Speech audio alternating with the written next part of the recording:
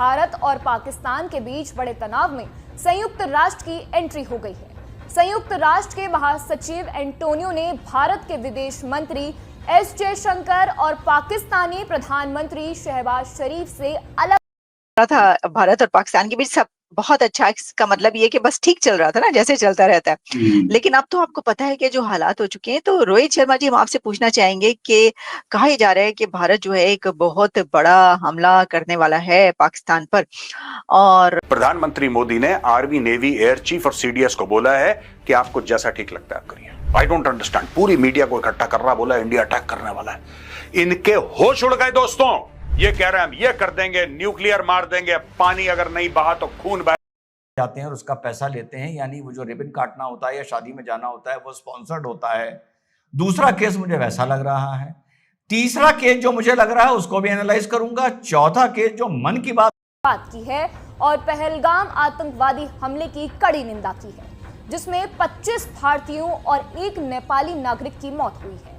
संयुक्त राष्ट्र के बयान के अनुसार महासचिव ने अपने फोन कॉल में वैध तरीकों के माध्यम से हमले के लिए कब करेगा ये कुछ पता नहीं चल रहा, क्योंकि तैयारियां हो रही हैं दोनों तरफ। तो आप मुझे बताइए कि क्या ये तो फिर इसका मतलब है कि एक बड़ी जंग होगी और बहुत बड़ा हमला होगा, तो फिर हालात तो इसका मतलब है बहुत ही खराब होने जा रहे हैं, यही हम समझे ना। लाशों का ढेर लग जाएगा। एक मंत्री कहता है कि हम इतने हिंदू मारेंगे कि उनके क्रियाक्रम के लिए लकड़ियां कम पड़ जाएंगी। और जिस बंदे को लड़ाई लड़नी है वो कहां है किसी को नहीं पता, वो 5 दिन से गायब है। मेरा आर्मी चीफ अपने ऑफिस में, पाकिस्तानियों तुम्हारा आर्मी चीफ कहां है तो बताओ मुझे। बड़े बड़े ब्यूरो गई है उसको भी एनालाइज करूंगा और किस तरीके से इन सारी चीजों को जोड़ के आपको बताऊंगा किस तरीके से कश्मीरियत हार रही, या यूं कहें किस तरीके से कश्मीरियत से होने के कोई चांसेस नहीं आ गए।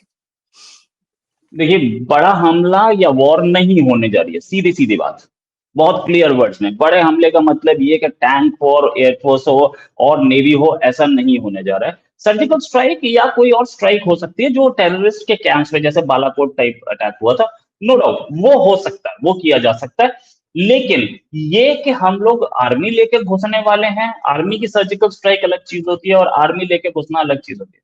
आर्मी की सर्जिकल स्ट्राइक ये कमांडोज हैं 20 से 40 है, वो एक अंदर घुसे 4 किलोमीटर 5 किलोमीटर आगे जो कोई लॉन्च पैड है टेररिस्ट का, उसे खत्म किया और वापस आ गए, ये हो सकता है।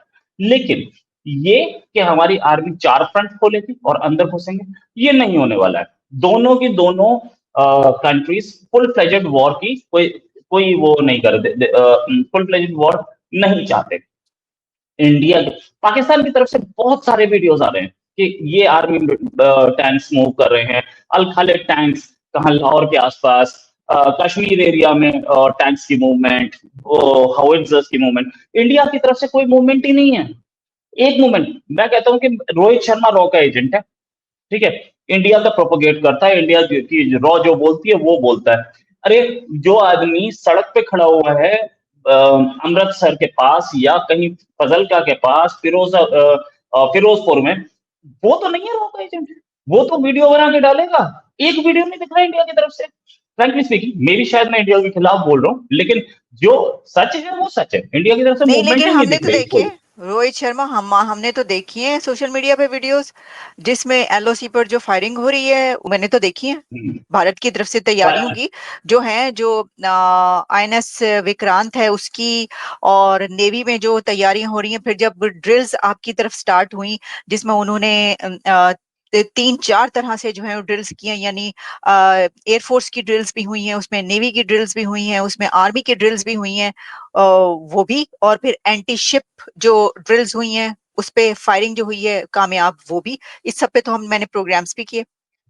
हाँ, राइट, प्रोग्राम दिया और बोला है कि साहब हम आपको कहते हैं कि आपको जो ठीक लगे आप करो। राइट दोस्तों, इसके बारे में हम डिस्कस करेंगे कि जो फ्री हैंड के बारे में मीडिया बात करती है, आखिर ये फ्री हैंड है क्या, इससे होता क्या है, इससे होता क्या, ये फ्री हैंड है क्या? आज मैं आपको फ्री हैंड के बारे में बताऊंगा। चलिए अगली स्लाइड पे चलते हैं। अब दोस्तों, ये एक किस्म की वॉर काउंसिल है, राइट। इसके पहले कैबिनेट कमेटी ऑन सिक्योरिटी की मीटिंग्स हो चुकी हैं, 2 बार हो चुकी हैं। अब ये जो वॉर काउंसिल बैठी है, यहां पे लोगों ने अपना प्लान प्रेजेंट करा। डोवाल साहब ने पूरा इंटेलिजेंस नेटवर्क के बारे में बताया होगा कि साहब ये हमारी खुफिया सूत्रों से खबर है। और दोस्तों, आप ये मत सोचना कि इस कमरे में यही लोग बैठे हैं, never make the mistake of thinking कि यही लोग हैं, इनके पीछे भी एक दो लोग बैठे होंगे, एंड मैं 100% कह सकता हूं इस कमरे में चीफ ऑफ रॉ भी होंगे।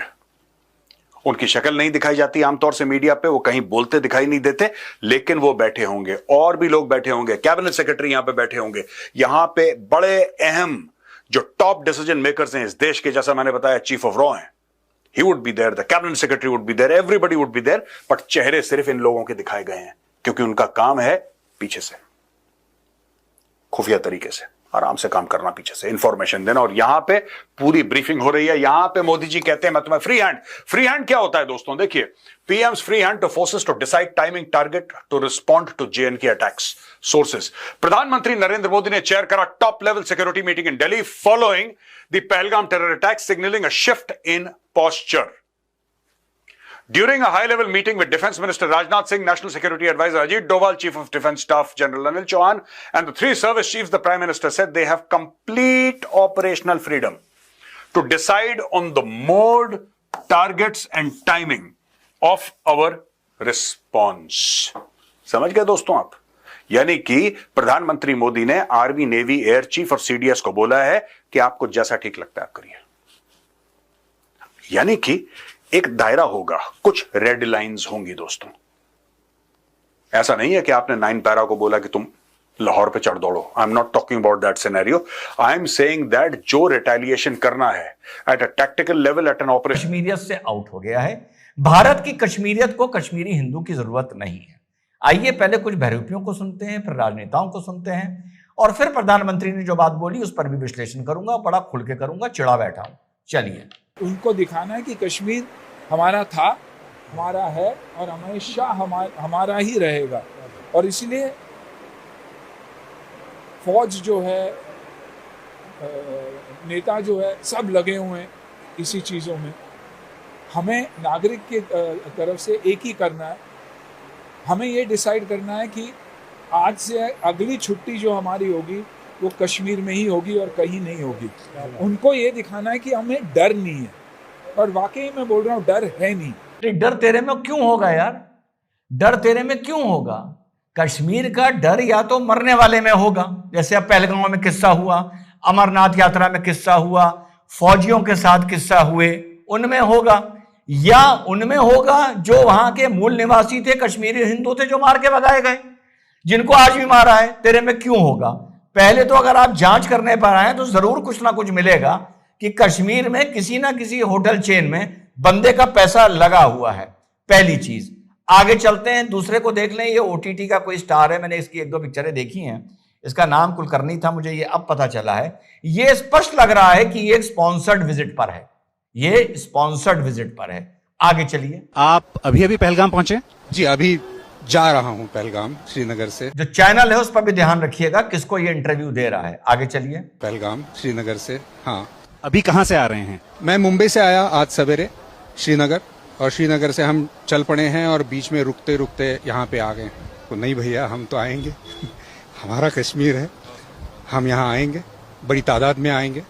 तो मेरी यही दरख्वास्त है लोगों से कि बुकिंग जो है वो कैंसिल मत कीजिए, यहाँ आइए, यहाँ बहुत सेफ है। आपने देखा इतने सारे लोग यहाँ पर हैं। अगर आपने कहीं और जाने का प्लान बनाया हो तो वो कैंसिल करके यहाँ आ जाइए, लेकिन कश्मीर आ जाइए। कश्मीरियत को संभालना ज़रूरी है। तो अब देखिए ये वीडियो कि क्या कह रहे हैं वीडियो में। तो इसके बारे में क्या राय है, क्या ओपिनियन है, खुद भी अपनी ओपिनियन राय दे। और चलिए मिलते हैं नेक्स्ट वीडियो में, तब तक के लिए जय श्री राम, जय हिंद।